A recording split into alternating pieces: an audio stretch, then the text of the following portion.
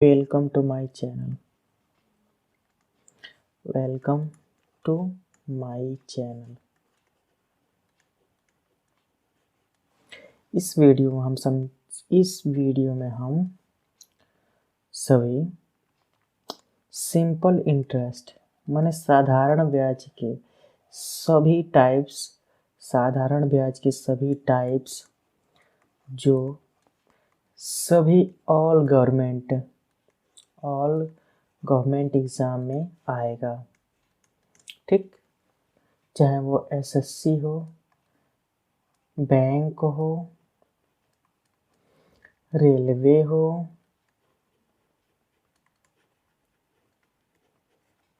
UPSC हो, चाहे किसी अदर स्टेट का आप पीसीएस ले लें, पीसीएस हो, सभी एग्ज़ाम में मेरा ये जो सिंपल इंटरेस्ट का है ये टोटल इस वीडियो में पूरा कवर कर लिया जाएगा, ठीक। तो चलिए हम आज शुरू करते हैं। हम वैसे भी ज़्यादा बात करते नहीं हैं, हम डायरेक्ट क्वेश्चन को हल करते हैं। क्वेश्चन को हल करने का मतलब आप डायरेक्ट क्वेश्चन करेंगे और उसको इम्प्लीमेंट करना सीखेंगे और उसके बाद मतलब क्वेश्चन को सॉल्व करना सीख जाएंगे। और उसके साथ साथ मैं आपको समझाते भी चलूँगा कि कैसे इस क्वेश्चन मतलब कैसे कोई भी ट्रिक अपनाया जाता है। चलिए ठीक है, शुरू करते हैं। देखिए, कितने प्रतिशत वार्षिक साधारण ब्याज की दर से कोई धनराशि 4 वर्ष में 2.5 गुनी हो जाती है, 2.5 गुनी हो जाएगी।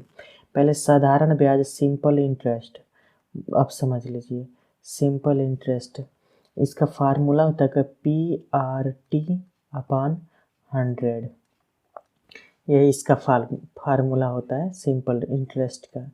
और इसी पे पूरा आपका सभी जो साधारण ब्याज है वो इसी पे निर्भर है। साधारण ब्याज मतलब सिंपल इंटरेस्ट क्या होता है कि कोई राशि हम दे रहे हैं किसी व्यक्ति को, मान लीजिए P राशि हम किसी व्यक्ति को दे रहे हैं, उस पर R% का ब्याज लगा रहे हैं और साथ में उसको T टाइम के लिए दे रहे हैं।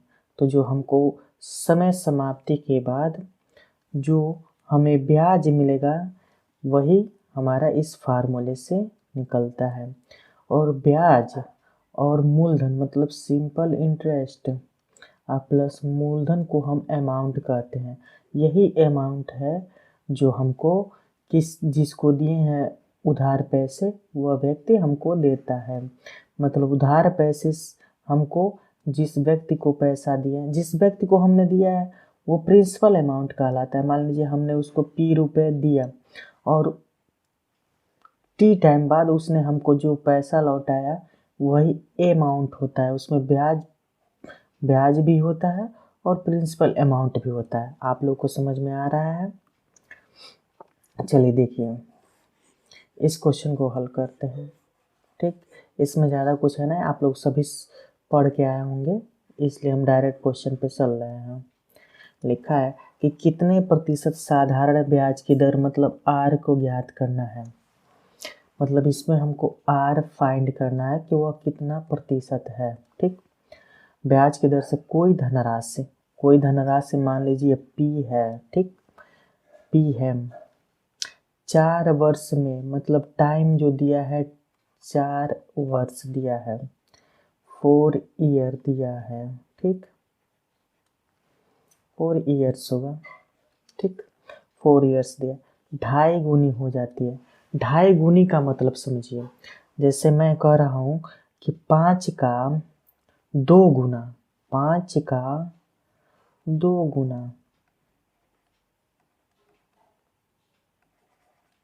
2 गुना, देखिए 5 का 2 गुना मतलब 5 गुणे 2 बराबर 10, मतलब 2.5 गुना या 2 गुना या 3 गुने का मतलब है उसका उस अमाउंट के साथ जो प्रिंसिपल अमाउंट है उसके साथ मल्टीप्लिकेशन, मतलब जो प्रिंसिपल अमाउंट है वो भी इसमें शामिल होगा। मतलब जो 10 है उसमें 5 भी शामिल है और इसका 2 गुना भी शामिल है, मतलब इसमें प्रिंसिपल अमाउंट भी शामिल होता है। गुनी का मतलब यही होता है, ठीक। अब यहाँ पे जो लिखा है 2.5 गुना, तो मान लीजिए 2.5 गुना किसका, P का हमने 2.5 गुना उससे कवर किया और हमने दिया कितना था, तो हमने P दिया था, मतलब प्रिंसिपल अमाउंट हमने P दिया था और उसका 2.5 गुना हमने कवर किया, तो जो हमको ब्याज मिला वो कितना हुआ, तो वो हमारा हुआ 1.5P। आपको समझ में आ रहा है कि 1.5P हमको ब्याज मिला। यहाँ पे 2.5 गुने का मतलब ये अमाउंट है, मतलब जो अमाउंट हमको उससे प्राप्त हुआ ये अमाउंट है। इसे मिश्र धन भी कहते हैं कि मिश्र धन। अब मिश्र धन में ब्याज काहे आज इतना गलती हो रहा है भाई, कि मतलब ब्याज और मूलधन का योग होता है। जो मिश्र धन होता है ब्याज और मूलधन का योग होता है। हमको ब्याज ज्ञात करना है क्योंकि फार्मूले में ब्याज ही होता है।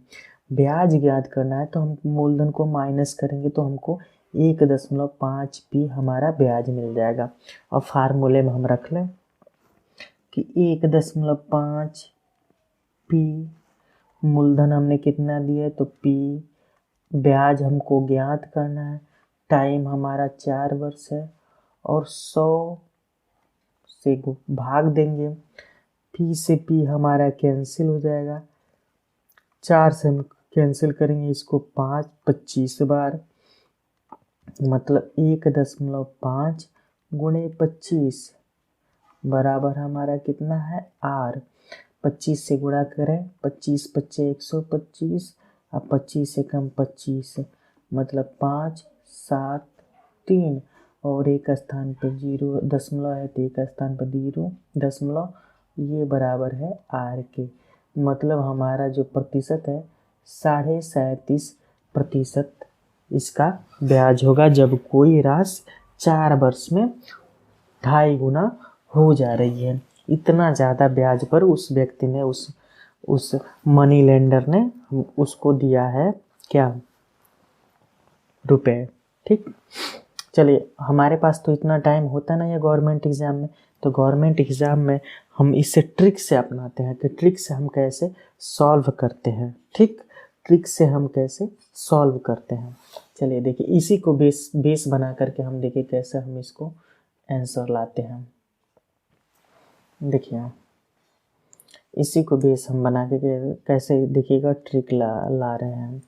जैसे मान लीजिए 2.5 गुना, कितना गुना हो रहा है, तो सिंपल इंटरेस्ट बराबर 2.5 गुना, मतलब मान लीजिए है n गुना हो रहा है। ठीक, n गुना हो रहा है, क्या n गुना हमारा हो रहा है, और n गुना होने का मतलब इसमें p भी शामिल है। अब p को हम माइनस कर रहे हैं तो यहाँ से हम लिख सकते हैं कि p ऑफ n माइनस 1। ठीक, लिख सकते हैं क्योंकि n गुना और p इसमें शामिल है, p हम माइनस कर रहे हैं तो हमारा ये आ रहा है ब्याज इतना आ रहा है। यह ब्याज किसके बराबर है, हमारा मूलधन p गुणे r गुणे t के बराबर होता है, डिवाइड्स बाय 100 के बराबर होता है। तब P और P हमारा कैंसिल हो गया। यहाँ से हम लिख सकते हैं कि n माइनस 1 इंटू 100 बराबर R इंटू T। ठीक, यही हमारा ट्रिक तैयार हुआ। अब कुछ लोग इसी को एक पद और आगे लिखते हैं कि n minus 1 into 100 by T is equal to R। ये हमारा एक तैयार हुआ। एक तैयार और इससे होता है कि n minus 1 into 100 divides by R equals to T। ये 3 फार्मूले, और 3 फार्मूले नहीं, सिर्फ और सिर्फ एक ही फार्मूला है हमारा, ये फार्मूला है। इससे एक वेरिएंट यह निकल रहा है और एक वेरिएंट यह निकल रहा है। मतलब R ज्ञात करना हो तो n minus 1 into 100 by T, अगर T ज्ञात करना हो मैंने टाइम ज्ञात करना हो तो n minus 1 into 100 by R।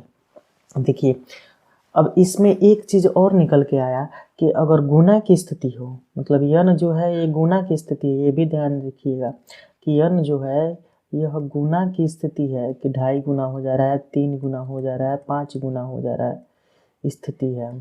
ठीक, तो n जो है गुना की स्थिति है। इसमें देख रहे हैं कि प्रिंसिपल मतलब जो हम अमाउंट दे रहे हैं उसका कोई काम नहीं है, इसलिए हम कह सकते हैं कि इसमें हमको प्रिंसिपल जानने की कोई ज़रूरत नहीं है। गुना की स्थिति में हमको प्रिंसिपल माने प्रिंसिपल अमाउंट, जो अमाउंट दिया जा रहा है वह प्रिंसिपल अमाउंट ज्ञात करने की कोई ज़रूरत नहीं है। ठीक, चलिए इसको हम इस सवाल को हम ट्रिक से देखिए कैसे हल करते हैं। अब हमको पता चल गया कि ट्रिक में क्या है कि n-1 into 100 equals to RT। ठीक, अब लिखा है कि n-1 मैंने 2.5 गुना -1 into 100 equals to R into T का मान दिया है 4, यहाँ से बचेगा 1.5 गुणे 100 बराबर R इंटू 4।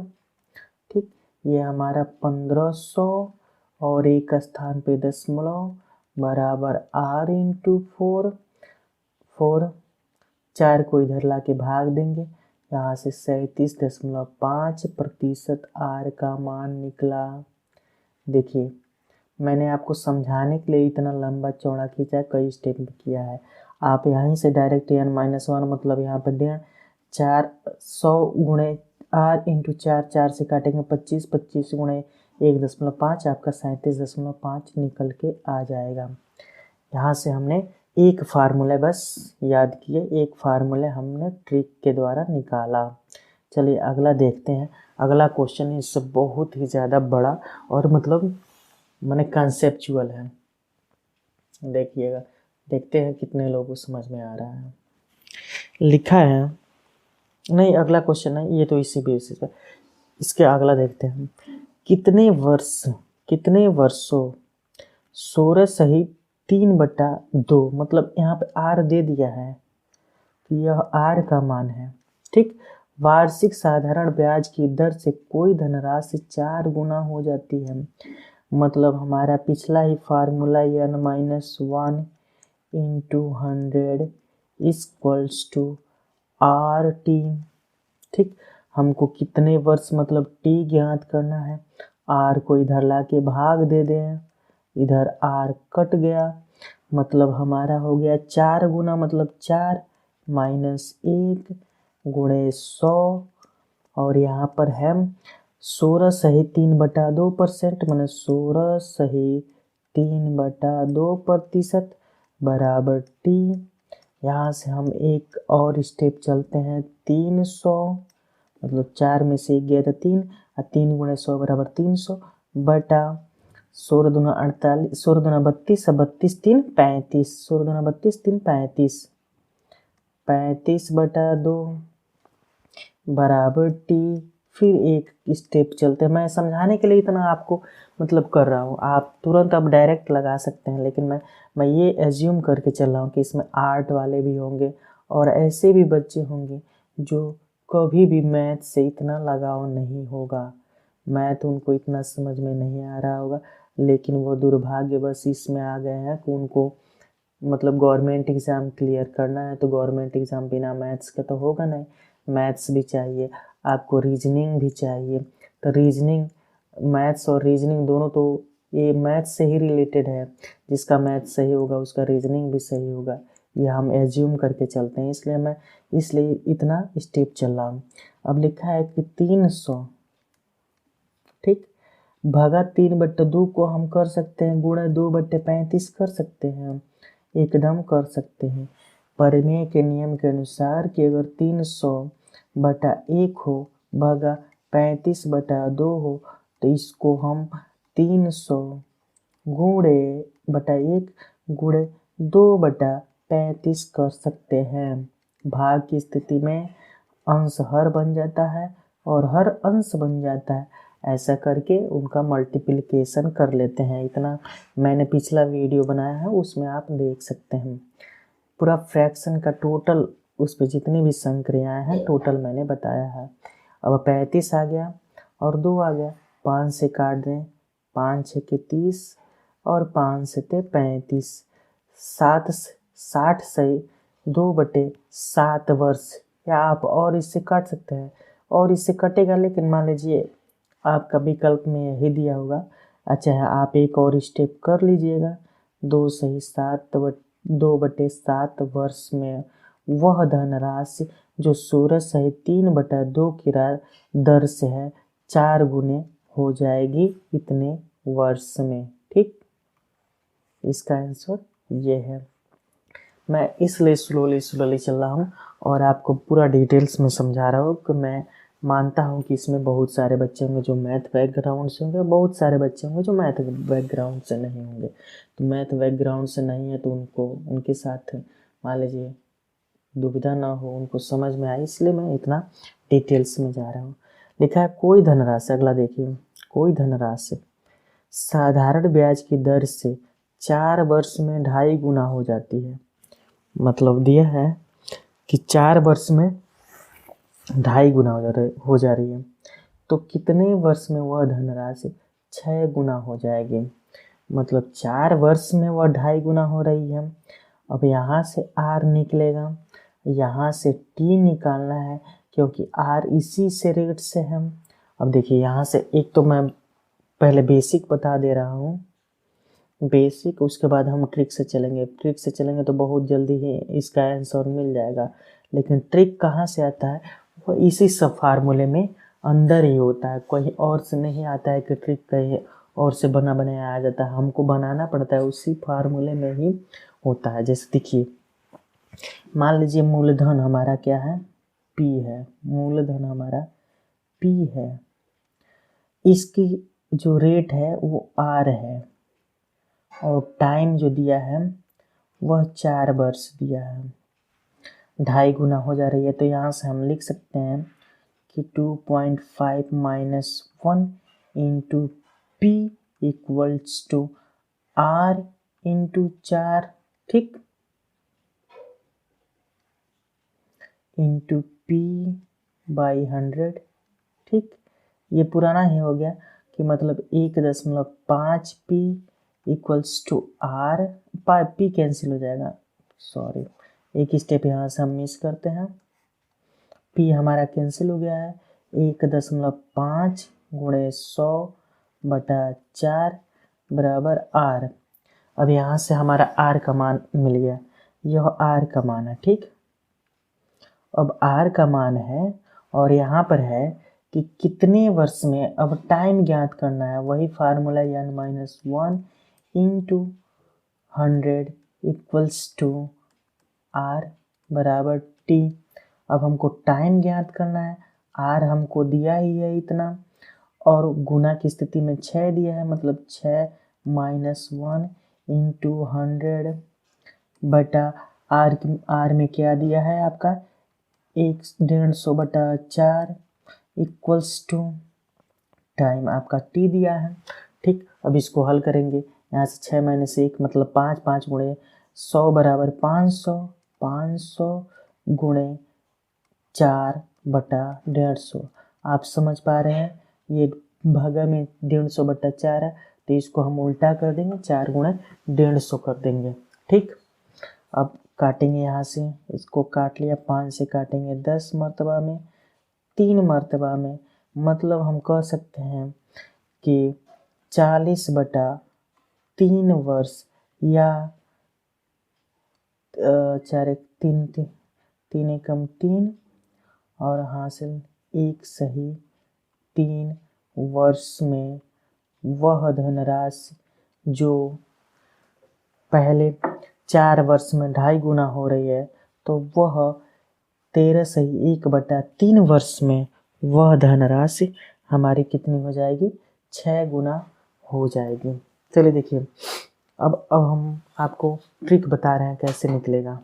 अब ट्रिक सबसे मेन जरूरी है कि ट्रिक हमको जानना जरूरी है, ट्रिक नहीं जानेंगे तो हमारा क्वेश्चन गलत हो जाएगा। इसको देखिए, क्वेश्चन ज़्यादा टाइम लगेगा, गलत नहीं होगा, ज़्यादा टाइम लगेगा। ये हमारा क्या है, ये हमारा EN1 है, -1 है और इंटू 100 है, और R जो दिया है T1 दिया है, समझिएगा। देखिए आप यहाँ से लिखेंगे, हम इसी में लिख दे रहे हैं कि EN1 -1 into 100 by T1 equals to R। ठीक, आपको समझ में आ रहा है? यही R इसमें भी है, R तो बदला नहीं है। अब यहाँ पे देखिएगा, अब इसको लिखेंगे हम, ट्रिक बना रहे हैं यहाँ से। ये फार्मूला आपका आंसर आ गया है, यही आंसर, लेकिन ट्रिक आप समझ लीजिए कहाँ से आ रहा है। N2 यहाँ पे 6 दिया है, तो मतलब ये दूसरा स्थिति है। N2 -1 inch 200 by R। R ये पहला वाला R है, अभी हम इसको पुट करेंगे, बराबर T2। ठीक, इसको हम यहाँ पे ला रहे हैं, दोनों एक ही पास ला रहा है। एक पास लाने से आपको अच्छे से समझ में आएगा। यहाँ पे उल्टा ऊपर कर दे रहे हैं, देखिएगा। N1 ये निकला, N2 हमारा ऐसे निकलेगा, N2 -1 into 100 by T2 equals to R। यही R तो इसके बराबर R है, R तो सेम ही है, क्योंकि साधारण ब्याज की दर में ये अलग अलग प्रतिशत तो नहीं बताया है। तो हम इस R को इस R के बराबर कर लें, मतलब हम करेंगे तो N2 -1 into 100 by T2 equals to N1 -1 into 100 by T1। ठीक, 100 से 100 कैंसिल, आप कर सकते हैं कि N2 -1 by T2 equals to N1 -1 by T1। यही हमारा ट्रिक बन के तैयार हुआ। अब देखिए इस क्वेश्चन को हम कैसे सॉल्व करते हैं, इस ट्रिक से लिखा है। अब क्वेश्चन पे चलते हैं, क्वेश्चन पे लिखा है, कोई धनराशि साधारण ब्याज की दर से 4 वर्ष में 2.5 गुना, मतलब T1 का मान दे दिया है 4 वर्ष। देखिए T1 का मान 4 वर्ष दिया है, N1 का मान 2.5 दे दिया है, N2 का मान हमारा 6 दिया है, और T2 का मान पूछा है, अब देखिए इसको, इस क्वेश्चन में हम इस ट्रिक में हम पुट कर रहे हैं, N2 मतलब 6 -1, T2 ज्ञात करना है, बराबर N1 दिया है 2.5 गुना, मतलब 2.5 -1, और T1 दिया है आपका 4 वर्ष। अब यहाँ से T2 निकाल लेंगे हम, T2 6 - 1 मतलब 5, बराबर T2, और 2.5 में से 1 गया 3.5/4। ठीक, उसके बाद हम इसको और ऊपर कर ले रहे हैं थोड़ा सा, 5 - 1.4। अब ये T2 है, T2 इक्वल्स टू, इसका गुणा इसमें, इसका गुणा इसमें, तो यहाँ पर 20/1.5 ये हमारा आया। अरे 4 का इसमें गुणा होगा, इसका इसमें गुणा हुआ, और 1.5 इसमें भाग आ गया, तो T2 बराबर हमारा 200/15 आया। 5 से काटे, 5 × 15, और 5 चौके 20, मतलब 40/3, यह 13 सही 1/3 हमारा क्या आया, वर्ष आया। मतलब हमारा एक ट्रिक और बन के तैयार हुआ कि एक trick N2 -N1 by T2 equals to N1 -1 by T1। ये हमारा एक ट्रिक बन के तैयार हुआ।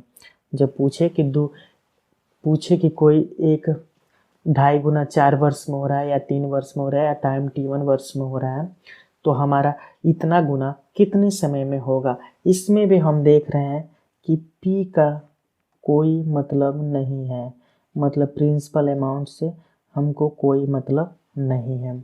1 नंबर का क्वेश्चन ये भी बन सकता है कि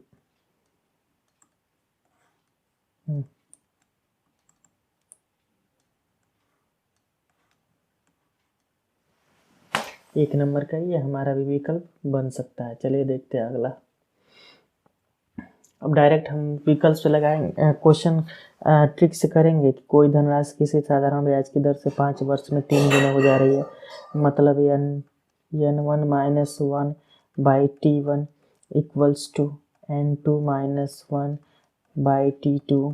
ठीक लिखा है कि कोई धनराशि किसी साधारण ब्याज की दर से 5 वर्ष में 3 गुना हो जा रहा है, मतलब 3 माइनस 1 बाई 5 वर्ष इक्वल्स टू, तो कितने वर्ष में, मतलब T2 हमको ज्ञात करना है, कितने वर्ष में, वह दिन रात 7 गुना, वह अपने 7 गुना हो जाएगी, दिन रात नहीं है, 7 गुना हो जाएगी, मतलब 7 माइनस 1।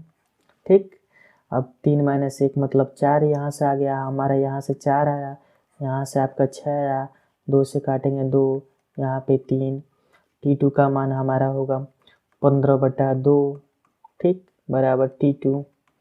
अरे 5 का गुणा इसमें और 2 इसमें होगा, 2 से भाग देंगे 15/2, मतलब 7 सही 1/2 वर्ष में वह धनराशि अपने 7 गुने हो जाएगी। ठीक, इसका आंसर 7 सही 1/2 है। आप समझ पा रहे होंगे। थोड़ा सा बस इसमें ये है कि आपको खुद से मेहनत करना पड़ेगा और इसको सॉल्व करना पड़ेगा। आप सॉल्व कर लेंगे तो आपको तुरंत बहुत ही आसान है और आराम से समझ में आ जाएगा। ठीक है, कोई धनराशि किसी साधारण ब्याज की दर से 5 वर्ष 8 माह में 3 गुना हो जा रही है, मतलब ये T1 दिया है, ये n1 दिया है, तो 8 वर्ष 4 माह में बहुत धनराशि कितने गुने हो जाएगी। 8 वर्ष मतलब ये T2 दे दिया है, n1 n2 पूछा है, कोई धनराशि पूछा है, ये बहुत नहीं है, यहाँ पे गलत मिस प्रिंटिंग हो गया, मतलब ये n2 पूछा है। देखिए होता है n1 minus 1 by T1 equals to n2 minus 1 by T2। यहाँ पे n1 दिया है 3 वर्ष 3 गुना 3 माइनस 1 और T1 दिया है 5 वर्ष। अब देखिए इसको हम वार्षिक ब्याज साधारण ब्याज की दर से है, तो 8 माह को भी हम 5 वर्ष में, 8 माह को भी हम वर्ष में कन्वर्ट करेंगे, तो जानते हैं कि 1 वर्ष बराबर 12 माह होता है, तो 8 माह बराबर कितना होगा, 8/12 माह होगा, वर्ष होगा। और यहाँ पे +5 है, या आप इसको 5 सही 8/12 कह सकते हैं, या 12×25 60, 8 68/12 कर सकते हैं। ठीक, तो हम 68/12 कर रहे हैं, बराबर हमारा n2 दिया है कितना, n2 ज्ञात करना है कितने गुने हो जा रही है, बाई T1 T2 दिया है 8 सही 4/12 इसका होगा, ऐसे ही मतलब 8 में 12, तो यहाँ पर 4 बराबर 4/12 होता है, 4/12 वर्ष होता है, 4 माह का 4/12 वर्ष होता है। ठीक, अब यहाँ से देखिएगा n1 ज्ञात करना, 3 माइनस 1 मतलब 2, ये ऊपर जाएगा, तो 2 गुणे 12/68, ये होगा 12×8 = 400, 100 मतलब होगा आपका n2 माइनस 1, देखिए मिस प्रिंटिंग हुआ है थोड़ा सा, हम इसको सॉल्व कर रहे हैं। यहाँ पे n2 minus 1 into 12 divides by 100, आप समझ पा रहे हैं कि 12×98 + 4 100 होता है, 100/12, इसको भाग दे रहे हैं तो उल्टा कर देंगे, 12/100 का गुणा कर देंगे। अब काट पीट लें, 12 से 12 कैंसिल हो जाएगा, 2 से काटेंगे आपका 2 3 6, 2 दूना 4, 2 से काटेंगे 17, 17 बटे यहाँ पे आएगा 50, मतलब हो जाएगा 50/17 माइनस +1 बराबर n2, आपका यहाँ से होगा 17 1 17 50 67/17 गुना हो जाएगा, 50 17 67 67/17 गुना होगा। इसका आंसर n2 का मान इतना होगा। ठीक, आप कहीं गलत हो तो आप तुरंत बताइएगा, मैं बेझिझक इसको सॉल्व करूँगा। ठीक, चलिए अगला देखते हैं, अगला देखते हैं क्या है, कितने प्रतिशत वार्षिक साधारण ब्याज की दर से कोई धनराशि 25/16 गुना हो जाती है। कितने प्रतिशत साधारण ब्याज की दर से कोई धनराशि इतने गुना हो जाएगी जबकि ब्याज की दर और समय का मान आपस में बराबर है। मतलब आर और टाइम आपस में बराबर है और हमको ज्ञात करना है क्या, आर मतलब प्रतिशत हमको ज्ञात करना है क्या है, कितने वर्ष में कोई धनराशि अपने इतने गुने हो जाएगी। अब इतने गुने हो जाने का मतलब क्या है, अब गुना का मतलब यही है कि 25 - 16 में से पी का मतलब अपने प्रिंसिपल अमाउंट का इतना गुना, तो ब्याज हमारा इतने से पी अगर माइनस कर दे तो हमारा ब्याज निकल जाएगा। और पी आर इंटू टी बटा 100, ठीक। यहाँ से 25 - 1 बटा 16 और यहाँ से p कॉमन होगा, यहाँ से p r और t का भी मान r के बराबर है क्योंकि क्वेश्चन में दिया है कि समय और दर दोनों आपस में बराबर हैं, बटा 100 है। p से p हमारा कैंसिल हो जाएगा, तो 16 में से 25 गया, 25 में से 16 गया तो आपका कितना बचा, 9 बटा 16 गुणे 100, ये 100 इधर आके गुणा होगा, बराबर आर स्क्वायर। आर का मान हम देखिए, आर को हम इसमें रूट में ले लेंगे, मतलब आर बराबर हमारा √9 बटा 16 गुणे 100, यहाँ से निकलेगा 3, 9 का वर्गमूल 3 होता है, 16 का वर्गमूल 4 होता है, 100 का वर्गमूल 10 होता है। अब 10 × 30 बटे 4 मतलब 7 चौके 28, 2 सही 4, ठीक। 7 चौके 28, 2 सही 4 या 7 सही 1/2% इसका आंसर है। माने 7.5% या 7.5 वर्ष में कोई धनराशि 25/16 गुना हो जाती है अपने धनराशि का, ठीक। इसका यही मतलब है। अगला देखते हैं हम।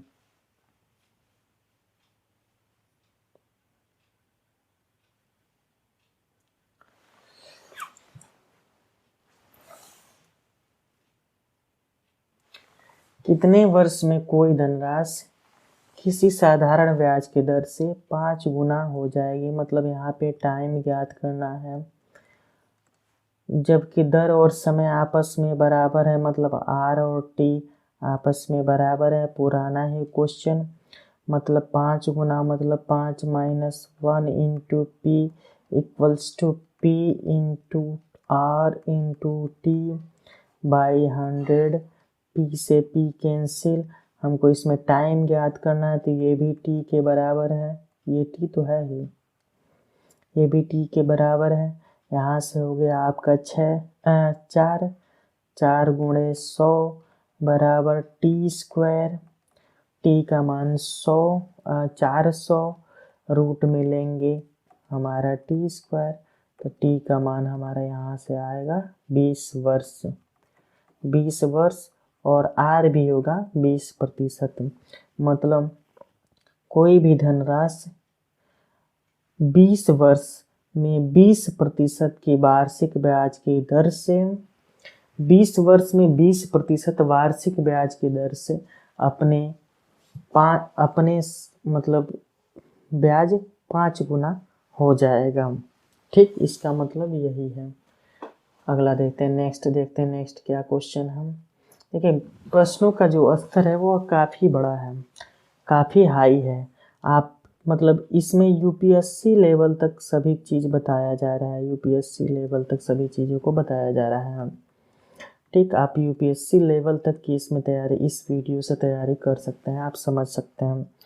मतलब एकदम ग्राउंड से लेकर के और ग्राउंड से लेकर के एकदम हाई लेवल तक इसको बताया गया है। इस वीडियो में आपको क्वेश्चन को शामिल किया गया है।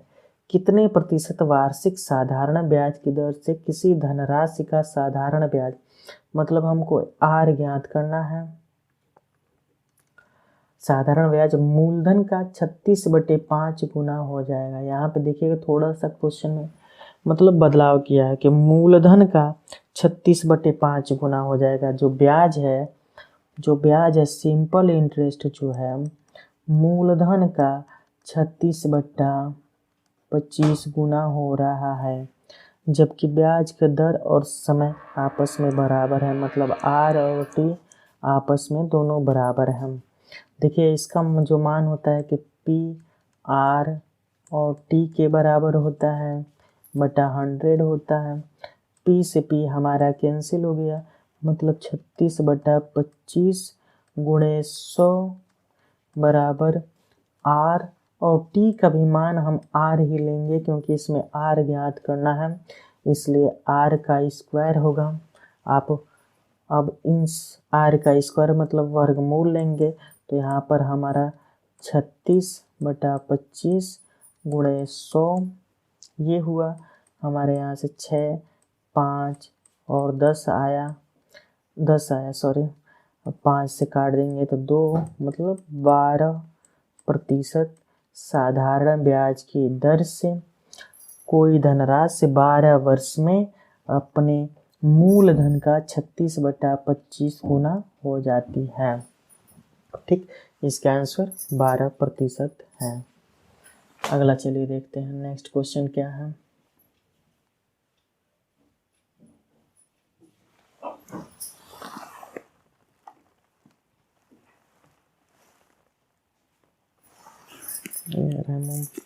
ये तो हैंग करता साला 36 तने पेन उठा के देखो, देखो सब हैंग कर दिया बेटे, वो पेन नहीं है बेटे,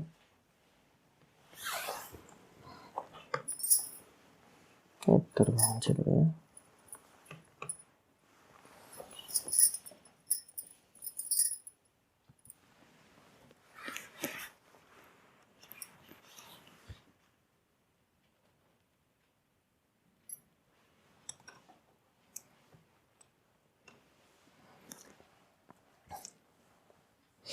लिखा है 1 रुपये का 1 माह का साधारण ब्याज 15 पैसा है।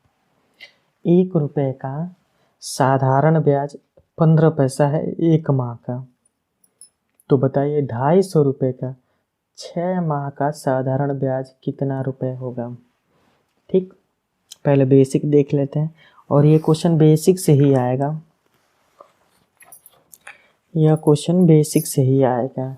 लिखा है 1 रुपये का 1 माह का साधारण ब्याज 15 पैसा है। तो ब्याज है हमारा 15 पैसा, इसको हम 100 से भाग दे देंगे तो ये रुपये में आ जाएगा। होता है यस बराबर सिंपल इंटरेस्ट, यस बराबर पी आर टी बटा 100 के बराबर होता है। तो सिंपल इंटरेस्ट ये है, मूलधन हमारा 1 रुपये है, आर हमको ज्ञात करना है, 1 माह का मतलब 1 महीने, मतलब एक बार 1 साल में 12 महीने, तो 1 माह बराबर होता है 1/12। यहाँ से 1/12 करेंगे, डिवाइड्स बाय कितना है 100। ठीक, 100 से 100 कैंसिल, आपका 12, 15 गुणे 12 बराबर कितना हुआ आर, ये 15 गुणे 12 आर के बराबर है। ठीक, अब लिखा है तो बताइए 250 रुपये का, अभी मूलधन जो है 250 रुपये हो गया, और 6 माह का साधारण ब्याज कितने रुपए होगा। तो मूलधन हमारा हो गया 250 रुपये का, 250 रुपये, दर हमारा निकला है 15 गुणे 12, और समय हमको कितना दिया है 6 माह, तो 6 माह मतलब 6/12।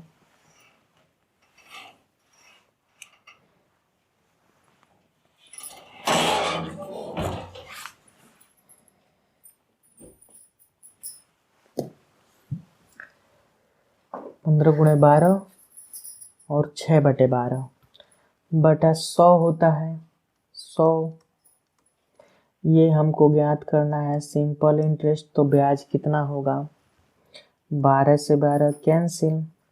ठीक, और हमारा हो गया यहाँ पर फिर से बना 250 गुणे 15 गुणे 6 बटा 100। ठीक, काटते जाएं, इसको काट लें किसी तरह। 0 से 0 कैंसिल, 5 से काटेंगे 2 मर्तबा में जाएगा, ये 3 मर्तबा में जाएगा। 2 से काटेंगे 3 मर्तबा में जाएगा, मतलब 3 त्रिक 9 और 25, 9 गुणे 25, 25 गुणे 9, 9 बचे 45 के 5 हासिल 4, 9 दूनी 18, 4 22, मतलब 225 रुपये साधारण ब्याज होगा। इसका आंसर 225 रुपये होगा।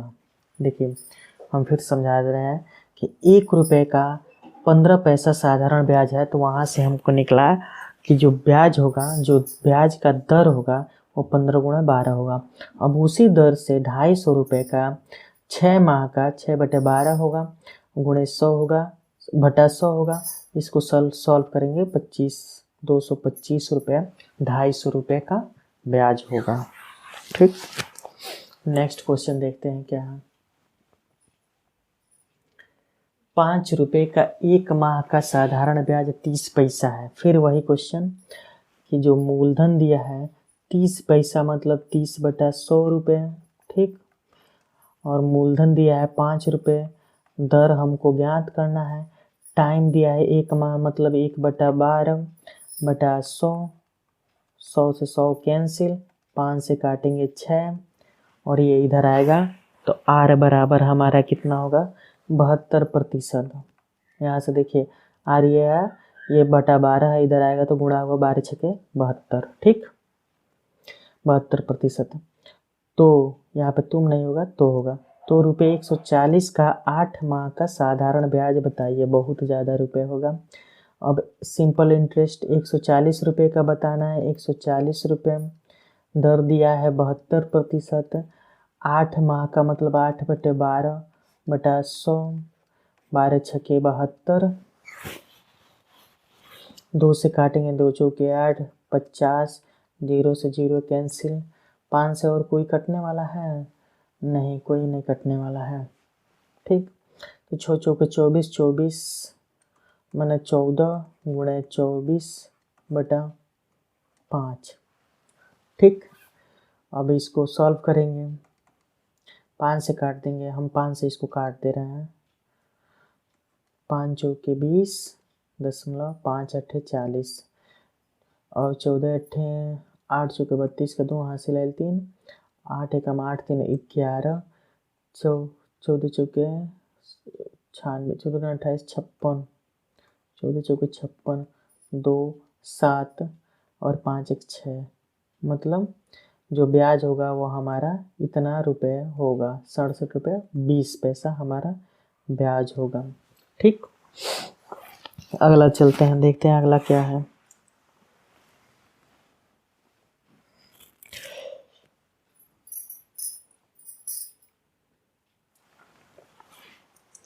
एक साहूकार के पास 10,000 रुपये हैं, उसके पास 10,000 रुपये, जिससे वह 2 भागों में विभाजित करते हैं। माने वह 10,000 रुपये को 2 भागों में विभाजित कर देता है। ठीक, रमेश और सुरेश को 8% और 6%, माने 10,000 रुपये को 2 भाग में विभाजित कर रहा है, जिसमें रमेश को दे रहा है और सुरेश को दे रहा है। रमेश को 8% साधारण ब्याज से दे रहा है, सुरेश को भी 6% साधारण ब्याज से इसको दे रहा है, क्या, उधार। ठीक, अब तक ये है। साधारण ब्याज की दर से 2 वर्ष के लिए उधार देता है। अब टाइम जो है उसका 2 वर्ष है, दोनों के लिए टाइम 2 वर्ष है उधार। यदि समय समाप्ति पर साहूकार को ब्याज के रूप में कुल मिलाकर 1360 रुपये मिला, माने इससे भी और इससे भी मिलाकर के 1360 रुपये मिल रहा है। ठीक, तो रमेश कितने रुपए उधार दिया, माने रमेश को बताना है कि रमेश को कितना रुपए, प्रिंसिपल मतलब कितना रुपए उधार दिया रमेश को। चलिए देखिए, 10,000 रुपये, हम 10,000 रुपये को 8% ब्याज की दर से दे रहा है।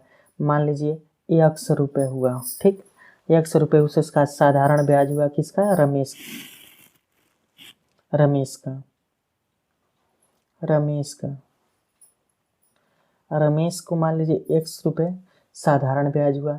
मूलधन हमको ज्ञात करना है, P मान लीजिए उसको हमने दिया और आर जो दिया है 8% दिया है, टाइम जो दिया है 2% और बटा 50 होगा और 4 25। ठीक, मतलब x बराबर हमारा आ गया 4p/25। ठीक, 4p/25, हम ज़्यादा नहीं काट रहे हैं। ठीक, रमेश को होगा, रमेश का जो ब्याज हुआ यहाँ पे हम लिख दे रहे हैं 4p/25, ये ब्याज हुआ रमेश, जो ब्याज उसने दिया। ठीक, तो इसने कितना ब्याज दिया, इसने दिया 1360 माइनस 4p/25, इसने ब्याज दिया। अब ये ब्याज किसके बराबर है, मूलधन p 10,000 माइनस p, क्योंकि 10,000 रुपये तो है ही, मैंने 10,000 रुपये को ही रमेश और सुरेश में बांटा है। 10,000 रुपये माइनस p इंटू आर, इसको दिया है 6%, टाइम दिया है 2 वर्ष और समय है बटा 100 होगा। 6 वर्ष के लिए दे रहा है 6% और 2 वर्ष के लिए दे रहा है।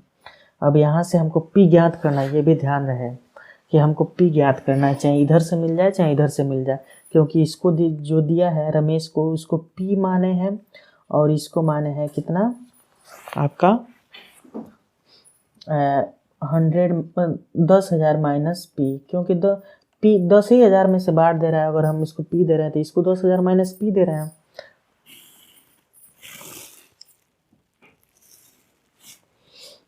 10,000 माइनस p दे रहे हैं। चलिए ठीक, अगला, अब इसके आगे स्टेप देखते हैं। 1360 माइनस 4p/25 बराबर 6 दूना 12, यहाँ पे 12,000 होगा, 12 और 4 जीरो हो जाएगा। ठीक, माइनस 12p/100। ठीक, अच्छा 100 को इधर ला के गुणा कर लें, ये सही रहेगा। 100 को हम ला के इधर गुणा कर ले रहे हैं, इससे 100 हटा दे रहे हैं और 100 ला के इसमें भी गुणा कर दे रहे हैं और इसमें भी 100 का गुणा कर ले रहे हैं। ठीक, थोड़ा सा ऊपर करते हैं हम इसको। अब आगे देखिए, ये हो गया 13,060, 2 जीरो और 25 से काटेंगे 4 मरतबा, मतलब 16p बराबर 12,000, 4 जीरो माइनस 12p। ठीक, हमको p ज्ञात करना है कि p जो रमेश को कितना दिया, इसको इधर लाएंगे तो 16 माइनस 12 बराबर यहाँ पे 4 आया, 4p, और इसको इधर लाएंगे तो 13, 6, 0, 0, 0, 3 बार 0 और 4 बार 0, ये है 12 माइनस में कर देंगे। ठीक, बराबर 4p के बराबर होगा। अब देखिए कितना आ रहा है, 0, 0, 0, 6, 3 में से 2 गया 1 बराबर 4p, 4 से काटेंगे 4, मतलब रमेश को उसने 4,000 रुपये दिया था, जिस पर 8% का ब्याज लगाया था, और सुरेश को उसने 10,000 माइनस 4,000 मतलब 6,000 रुपये दिया था। इस क्वेश्चन का 4,000 आंसर होगा, मतलब p का जो मान होगा वह 4,000 रुपये होगा और इसका मान जो होगा वह 6,000 रुपये होगा। आप चाहें तो इसका भी ब्याज निकाल सकते हैं और इसका भी ब्याज अलग अलग निकाल सकते हैं, लेकिन क्वेश्चन में इतना पूछा नहीं है। आप चाहें देखिए, इसका जो ब्याज होगा वो 4 गुणे 4,000 बटा 25, 5 से काटेंगे 5 मरतबा में जाएगा, 5 8 40 मतलब 800, फिर 5 से काट दिए तो 5 एकम 5, 3 आया, 5 6 30 और 0। ठीक, 16 चौके 64, 640 रुपये इसने दिया ब्याज, और इसने कितना दिया 1360 माइनस 640, इसका मान 640 है, तो 1360 यहाँ पे लिख लेना, 1360 माइनस 640, 0 2 7, मतलब इसका ब्याज 720 रुपये हुआ। फिर मैं आपको समझा दे रहा हूँ। देखिए 10,000 रुपये था साहूकार के पास, उसने 8% मतलब 8% पर p रुपए दिया और इसको दिया कितना 10,000 माइनस p, मतलब p इसको दिया तो 10,000 माइनस p इसको होगा 6% पर दिया। इन दोनों से मिलाकर उसको 1360 रुपये ब्याज मिल रहा है। ठीक, तो मान लीजिए रमेश से हमको x रुपये ब्याज मिल रहा है, तो PRT/100 यहाँ से हमको मिल गया x, मतलब रमेश द्वारा दिया गया ब्याज 4p/25, यहाँ पे देखिए 4p/25 है।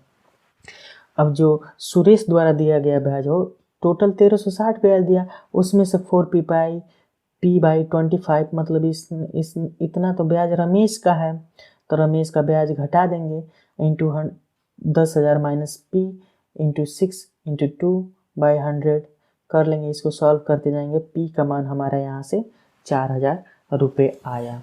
ठीक, p का मान हमारा 4,000 रुपये आया, मतलब रमेश को उसने 4,000 रुपये दिया था।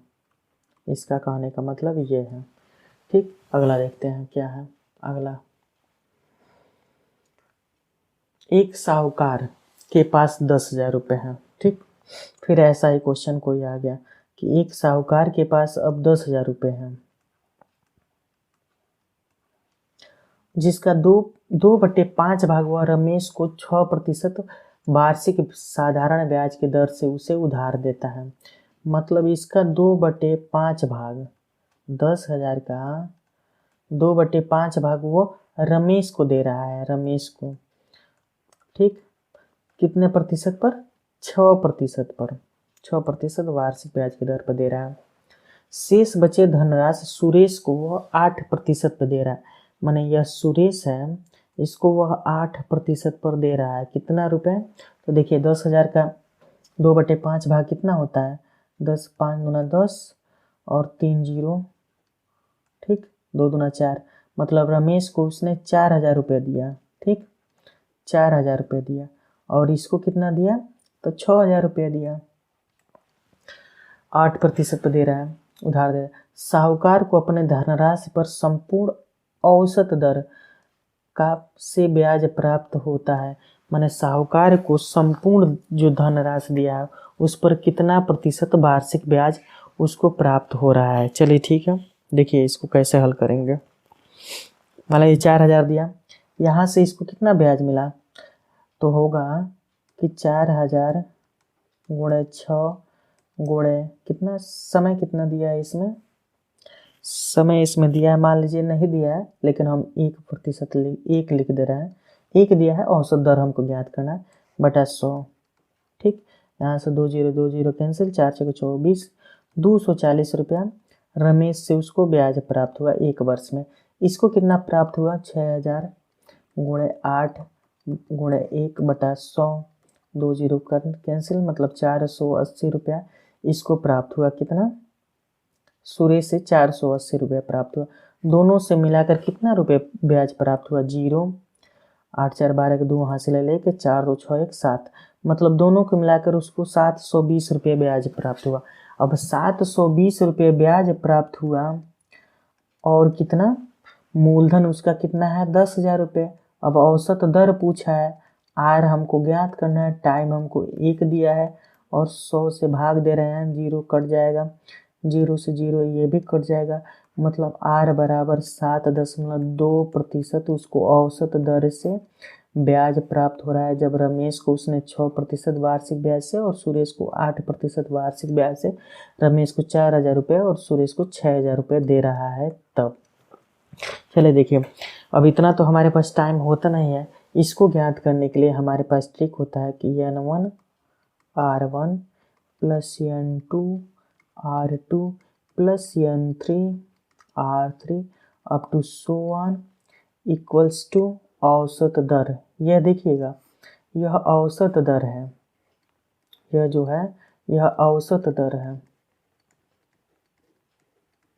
और इसमें टाइम, जो टाइम होता है वह कांस्टेंट होता है, मतलब सभी के लिए टाइम बराबर ही होता है। ठीक, तब देखिए, अब यहाँ से देखिए हम कैसे निकाल रहे हैं। 2/5 गुना दिया है कितना? रमेश को 2/5 गुना रमेश को 6% पर, और कितना शेष कितना बचा? 2/5 का शेष कितना हुआ? तो हमारा 3/5 हुआ, 3/5 हुआ, 3/5 सुरेश को दे रहा है कितना दर पे, 8% पे। इसको हम काट लेंगे, 12 और 8 3 24 मतलब 26, 8 3 24 और 12 36/5, तो 5 7 35, 1 5 दूना 10 मतलब 7.2% वार्षिक ब्याज की दर औसत की दर है होगी जिस पर उसको मिला। ये हमारा ट्रिक है, आप इसको याद कर लीजिएगा, जिससे इतने सारे क्वेश्चन बहुत ही आसानी तरीके से हो जाएंगे औसत दर ज्ञात करने के लिए जब टाइम कांस्टेंट होता है। ठीक, अगला चलते हैं, देखते हैं अगला क्या है।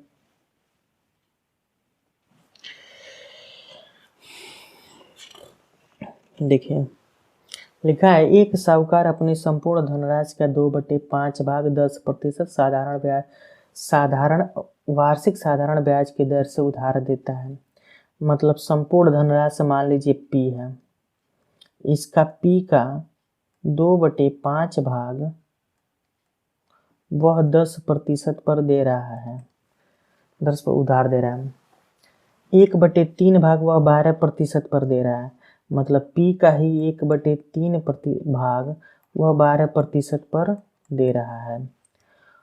और ठीक, वार्षिक दर से उसे उधार देता है, और शेष धनराशि का 6% वार्षिक ब्याज की दर से दे रहा है।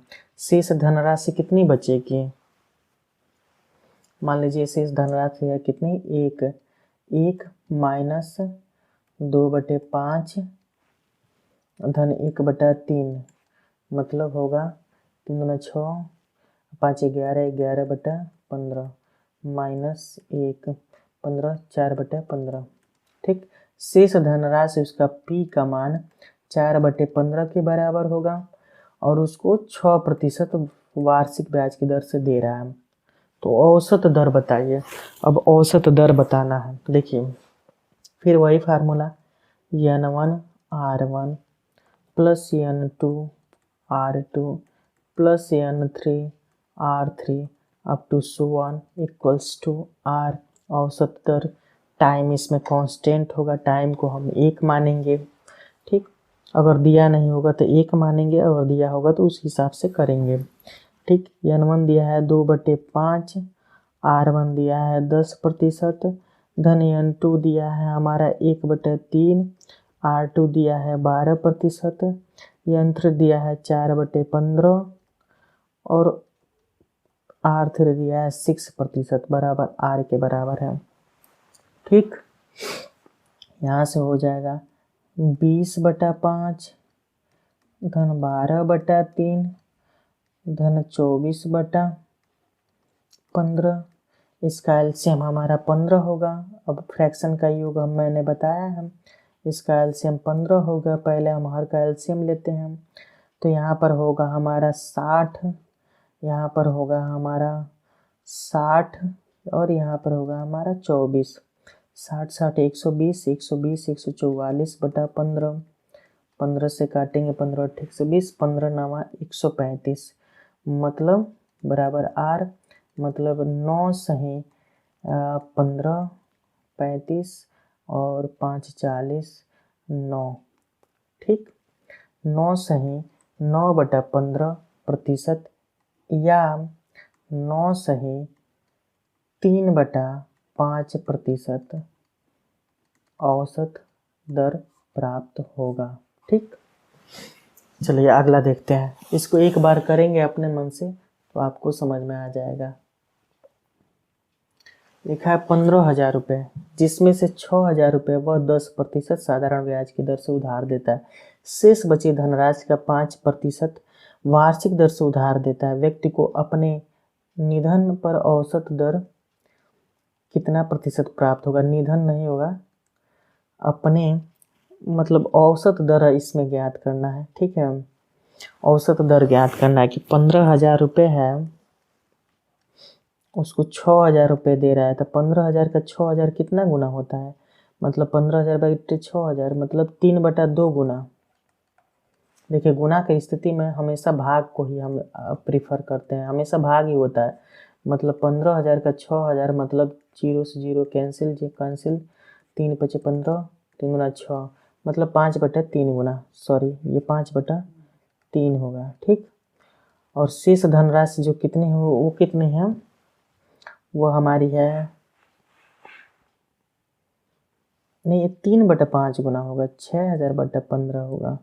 6000 में से 15,000 दे रहा है। देखिए मैंने उल्टा बता दिया कि 15,000 में से 6000 दे रहा है। हमेशा छोटी राशि ऊपर होगी, बड़ी राशि अगर ऊपर होगी तो हम तुरंत उसको हम क्या मान लेते हैं, शेषफल मान लेते हैं हम। तो इसका जो मान होगा,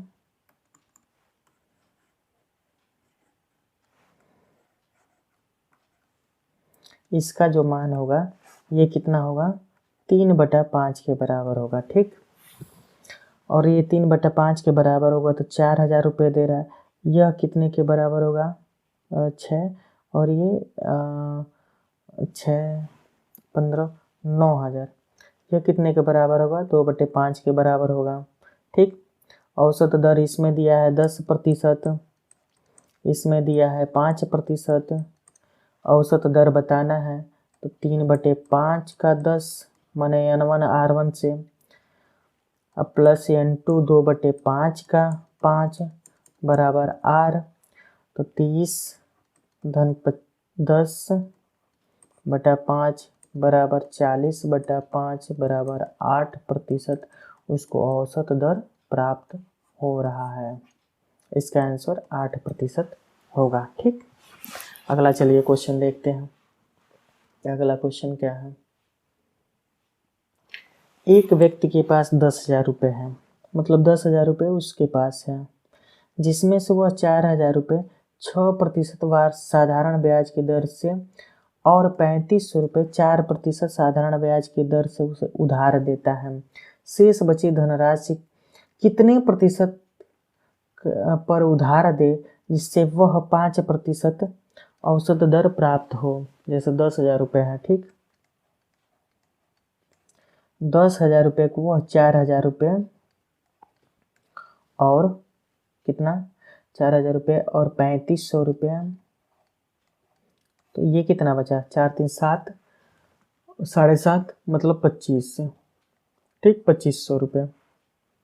ठीक, 2500 रुपये इसको दे रहा है कितने पे, 6% पे। इसको दे रहा है कितने पे, 4% पे। इसका पूछा है कि आर कितना होगा, स्मॉल आर लिख रहा है। स्मॉल आर कितना होगा कि टोटल आर जो हमारा 5% के बराबर हो जाए। तो 10,000 में 4 कितने कितने गुना है, तो 10,000 का यहाँ से गुना निकाल लें अलग से, 4,000, 3 0 से 3 0 कैंसिल, 2 × 5 = 10, 2 दूना 4 मतलब 5/2 गुना इसको दे रहा है। इसको कितना दे रहा है, 10,000 बटे 3500, 0, 5 7 35, 5 दूना 10 मतलब 20/7 दे रहा है। ठीक, इसको गुना की स्थिति हम निकाल रहे हैं, गुना की स्थिति। इसको कितना दे रहा है, 10,000, सॉरी यार फिर से हम उल्टा हमेशा कर दे रहे हैं। ये होगा हमारा,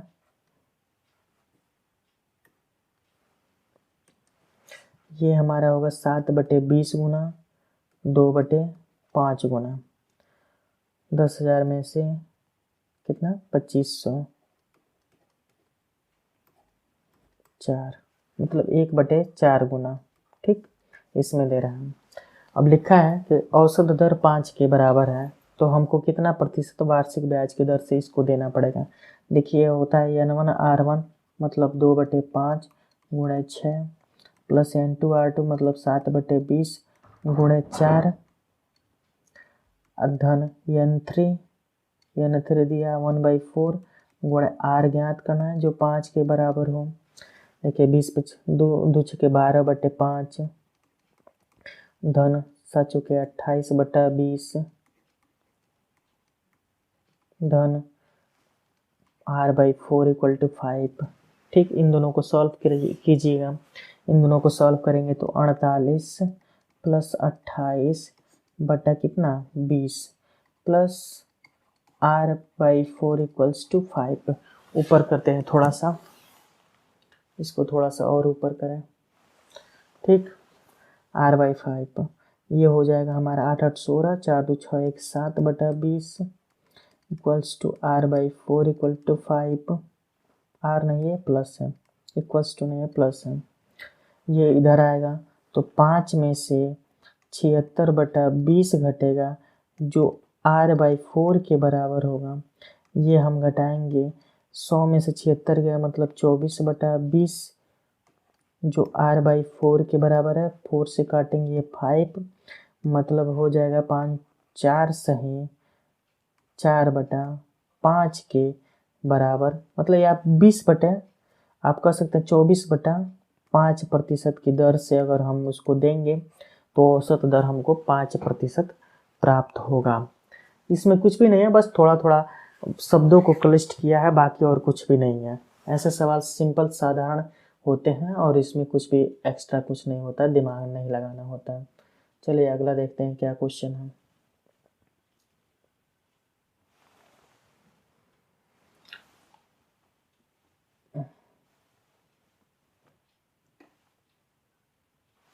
लिखा है,